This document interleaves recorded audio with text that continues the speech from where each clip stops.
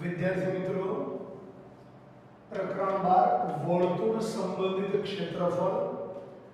આ ચેપ્ટરના અંદર આપણે સ્વાધ્યાય 12.2 અને 12.3 માટે સૂત્રો જોઈશું. તો વર્તુળનો પરિઘ અગાઉ મેં તમને શીખવાડ્યું હતું એ પ્રમાણે વર્તુળના પરિઘમાં બંગડી યાદ રાખવાની. બંગડી વર્તુળનો પરિઘ એટલે 2πr.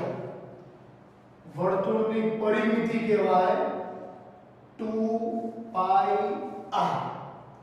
હવે બચાવો, બીજું આપણું એક સૂત્ર છે લઘુચાપ. કઈ ચાપ? લઘુચાપ. તો લઘુચાપની લંબાઈ, લઘુચાપની લંબાઈનું સૂત્ર છે બચ્ચાઓ, ધ્યાન રાખો.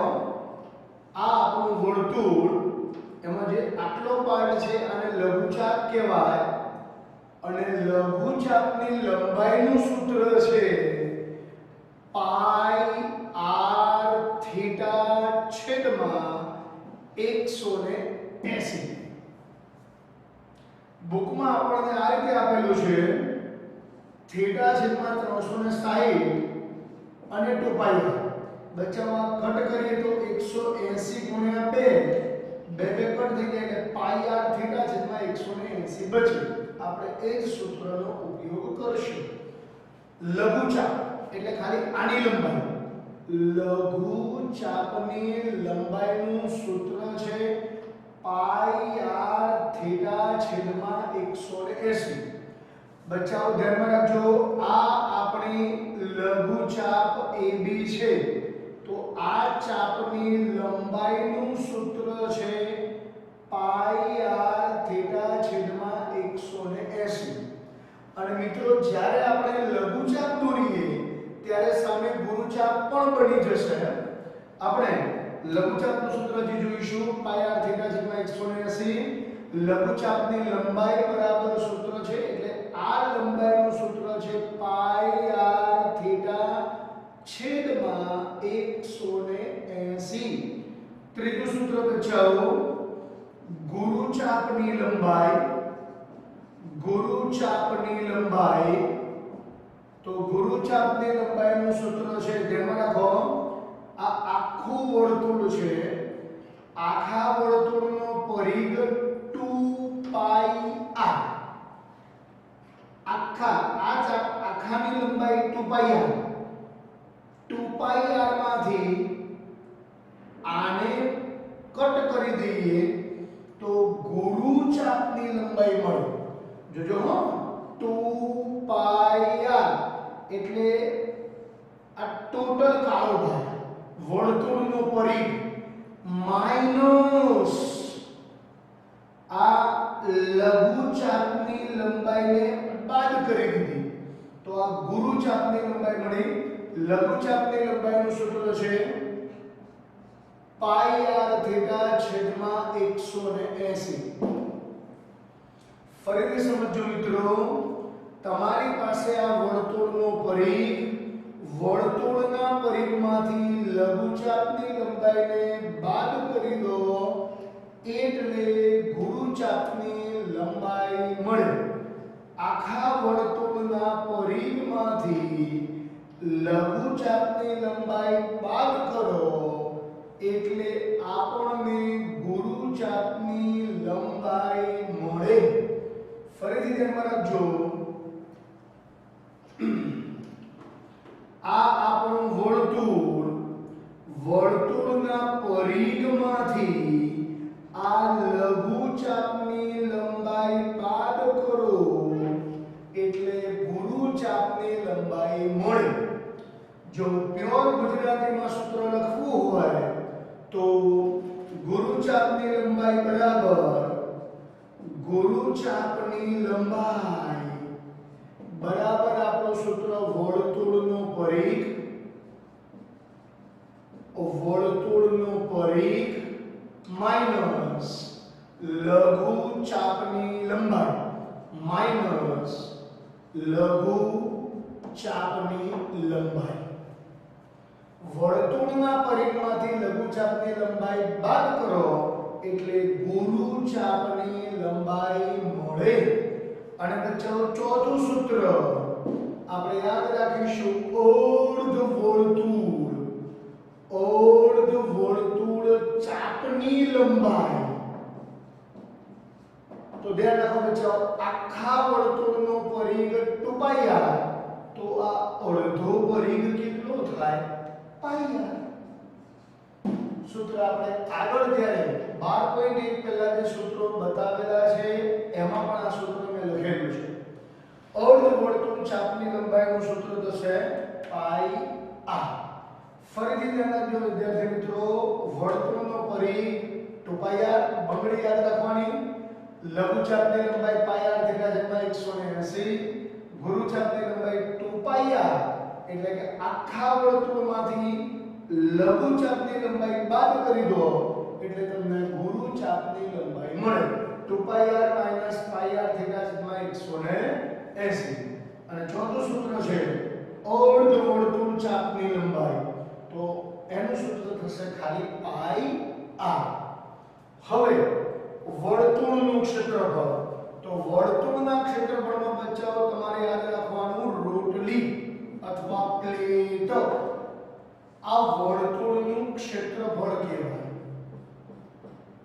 સમતલમાં વર્તુળે રોકેલી જગ્યાને વર્તુળનું ક્ષેત્રફળ કહીશું. સૂત્ર છે πr². અગાઉ પણ આપણે આ સૂત્ર શીખી ચૂક્યા છીએ. હવે આમાં આપણે બીજું સૂત્ર લઈશું. હવે આ સૂત્રને આપણે અલગથી લેવાના છે. આ માત્ર લંબાઈના સૂત્રો હતા, એટલે આમનો એકમ કાં તો સેન્ટીમીટર હોય કાં તો મીટર હોય. જ્યારે ક્ષેત્રફળ છે તો એનો એકમ કાં તો મીટર સ્ક્વેર હોય કાં તો સેન્ટીમીટર સ્ક્વેર હોય, બરાબર? ચોરસ મીટર અથવા ચોરસ સેન્ટીમીટર. બીજું સૂત્ર આપણે લઈશું મિત્રો લઘુ વૃત્તાંશ. હવે પહેલા તો આ લઘુ વૃત્તાંશને સમજો. લઘુ વૃત્તાંશનું ક્ષેત્રફળ, લઘુ વૃત્તાંશનું ક્ષેત્રફળ, માનો કે આપણી પાસે આ વર્તુળ છે. આ વર્તુળના અંદર કેન્દ્ર O છે. અહીંયા મેં નામ આપ્યું A, અહીંયા નામ આપ્યું B, બરાબર? તો બચ્ચાઓ અહીંયા આપણે P નામ આપીએ તો OAPB. આ જે પાર્ટ છે આને લઘુ વૃત્તાંશ કહેવાય. અને બચ્ચાઓ એનું સૂત્ર છે πr² થીટા. πr² થીટા છેદમાં 360. ખાસ વાત, એક આ થીટા શું છે? તો થીટા આ કેન્દ્ર આગળનો ખૂણો. આમાં પણ થીટા લઘુચાપે કેન્દ્ર આગળ બનાવેલો ખૂણો. આ ખૂણાનું માપ તમારે થીટા તરીકે લેવાનું છે. સિમિલર અહીંયા બી થીટા તરીકે લઘુચાપે કેન્દ્ર આગળ બનાવેલો ખૂણો લેવાનો છે. લઘુ વૃત્તાંશનું ક્ષેત્રફળ બરાબર πr² થીટા છેદમાં 360. આગળ વધીએ અને લઘુ વૃત્તાંશ OAPBB કહેવાય. દાખલા તરીકે આપણે ચતુષ્કોણને કહેતા ને PQRS, એવી રીતે લઘુ વૃત્તાંશ OAPB. ખાલી આ ભાગ બચાવો, માત્ર આ ભાગનું ક્ષેત્રફળ OAPB. લઘુ વૃત્તાંશ OAPB નું ક્ષેત્રફળ πr² થીટા છેદમાં 360. લઘુ વૃત્તાંશ OAPB નું ક્ષેત્રફળ બરાબર સૂત્ર πr² થીટા છેદમાં 360. લઘુ વૃત્તાંશ OAPB નું ક્ષેત્રફળ બરાબર સૂત્ર છે πr² થીટા છેદમાં 360. r વર્તુળની ત્રિજ્યા છે, થીટા કેન્દ્ર આગળ બનાવેલો ખૂણો છે, બરાબર? લઘુ વૃત્તાંશ આપણે OAPB પણ આને કહી શકીશું. ઓકે, તો લઘુ વૃત્તાંશ OAPB નું ક્ષેત્રફળ બરાબર સૂત્ર શું થશે? પાઈ આર સ્ક્વેર થીટા છેદમાં 360. આગળ ત્રીજું ગુરુ વૃત્તાંશ જોઈએ તો અહીંયા ક્યુ બિંદુ લઈ લઈએ છીએ. ગુરુ વૃત્તાંશ OA QB નું ક્ષેત્રફળ OAQB હું દોરું છું અહીંયા નું ક્ષેત્રફળ. અહીંયા લઘુ વૃત્તાંશ OABB નું ક્ષેત્રફળ. કોનું? OABB.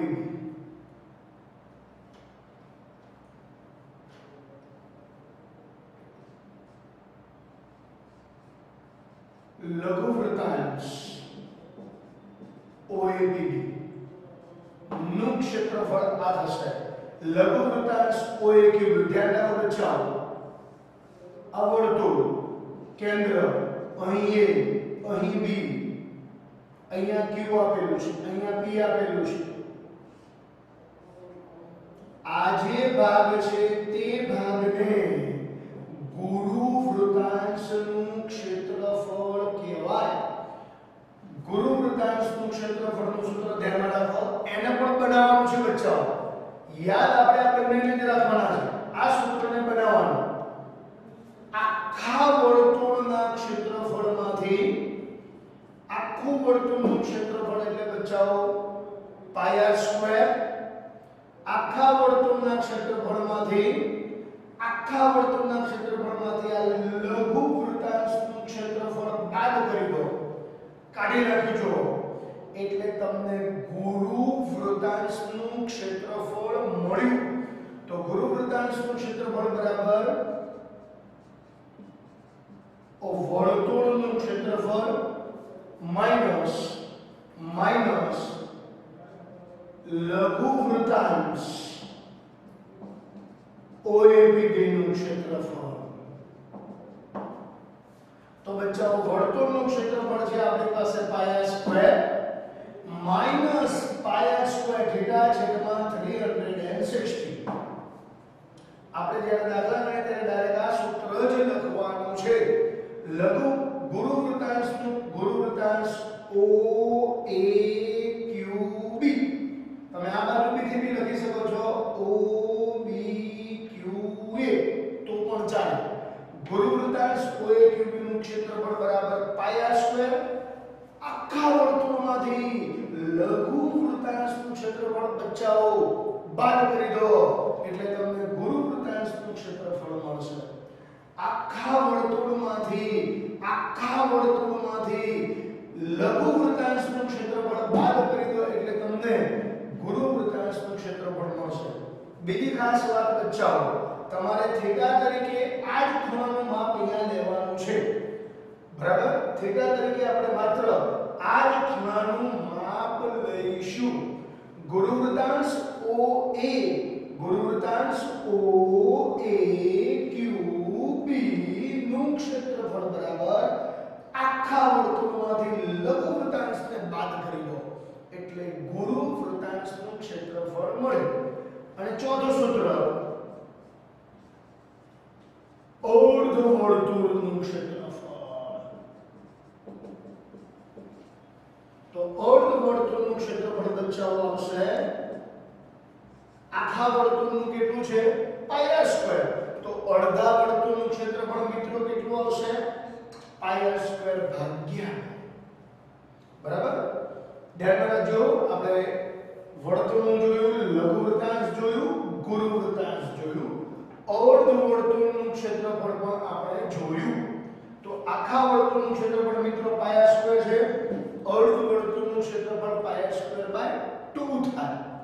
આગળ જોઈએ લઘુ વૃત્તખંડ અને ગુરુ વૃત્તખંડ. વિદ્યાર્થી મિત્રો ધ્યાન રાખજો આ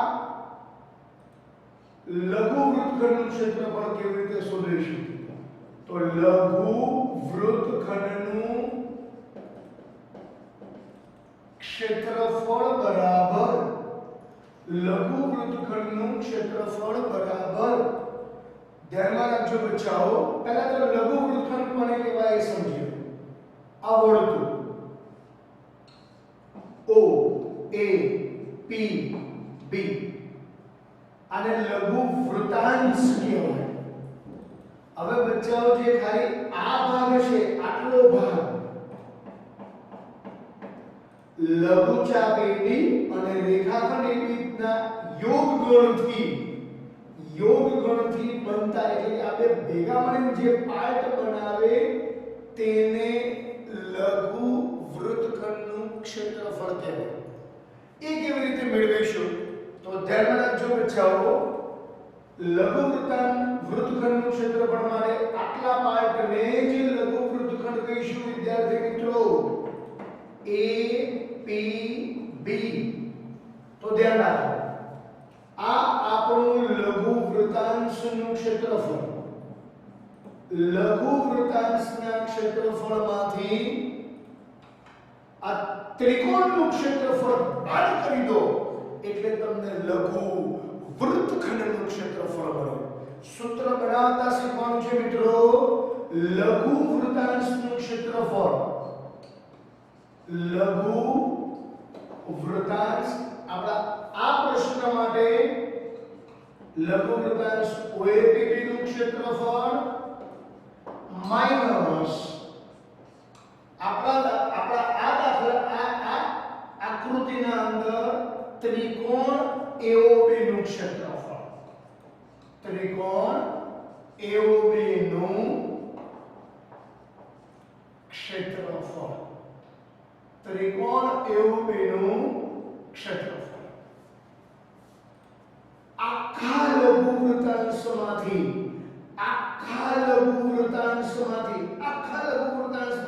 ત્રિકોણનું ક્ષેત્રફળ બાદ કરી દો લઘુ વૃત્તખંડનું ક્ષેત્રફળ મળશે મિત્રો. આખા લઘુ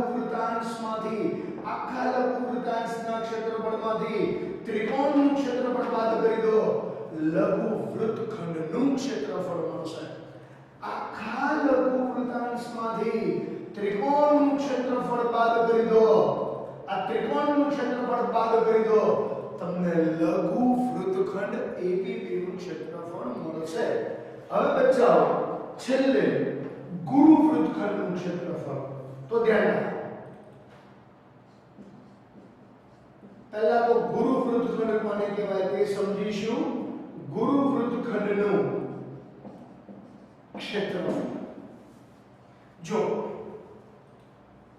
જ્યારે આપણે આ વર્તુળ દોર્યું અહીંયા એક જીવા દોરીએ તો આ નીચેનો ભાગ લઘુ વૃત્તખંડ અને જે કેન્દ્ર વાળો ભાગ છે એ ગુરુ વૃત્તખંડ.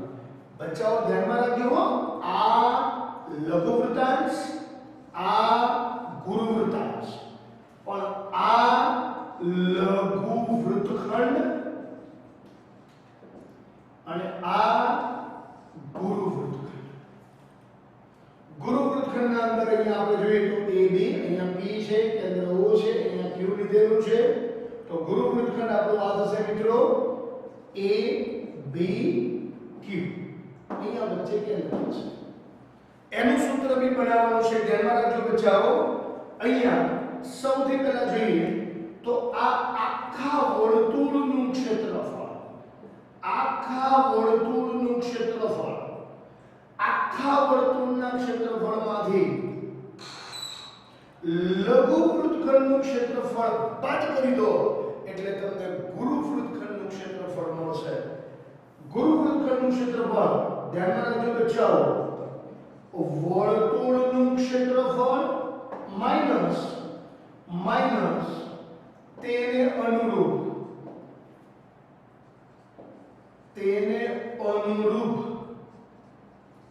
લઘુ વૃત્તખંડનું ક્ષેત્રફળ. બચ્ચાઓનું બીજું બી સૂત્ર છે પણ આ સરળતાથી અને ઈઝીલી જવાબ આવશે. ગુરુ વૃત્તખંડનું ક્ષેત્રફળ બરાબર વર્તુળનું ક્ષેત્રફળ એમાંથી લઘુ વૃત્તખંડને બાદ કરી દો તો આપણને ગુરુ વૃત્તખંડનું ક્ષેત્રફળ મળશે.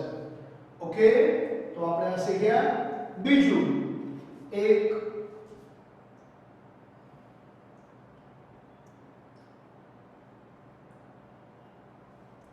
સૂત્ર છે લઘુ વૃત્તાંશ માટેનું બરાબર પણ એ જ્યારે આપણને જરૂર પડશે ત્યારે જોઈશું.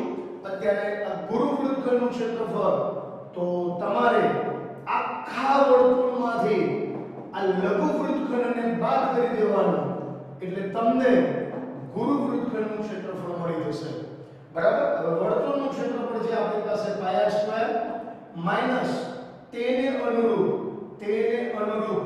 લઘુ વૃત્તખંડનું ક્ષેત્રફળ થશે જે આવતું હોય તે તો આપણા દાખલામાં છે લઘુ વૃત્તખંડ OA PB નું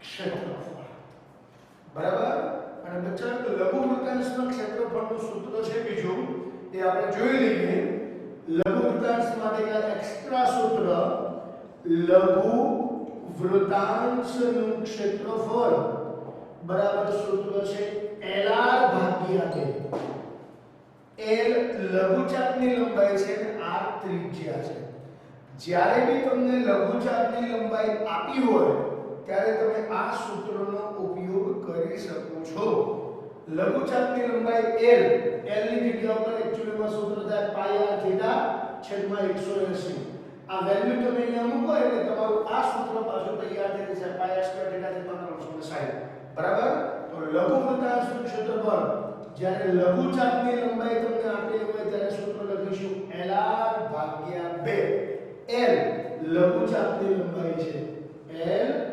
લઘુચાપની લંબાઈ છે તો બચ્ચાઓ આપણે આ રીતે આ સૂત્રોને યાદ રાખવાના છે બરાબર ધ્યાન રાખીને જ્યારે બી જરૂર પડે ભૂલાઈ જાય ત્યારે આ વિડિયોને જોતા રહેવાનું સારી રીતે સૂત્રો તમને યાદ રહેશે અને સૂત્રોમાં હંમેશા કન્વર્ઝન રૂપાંતર કરતા શીખો આપણે જો આ યાદ રાખ્યા આને રૂપાંતરથી મેળવ્યું આ બંનેને યાદ રાખ્યા આને રૂપાંતરથી મેળવવાનું બરાબર આ બી પછી આપણે રૂપાંતર જ કરીએ ઓકે તો enjoy this formula thank you friends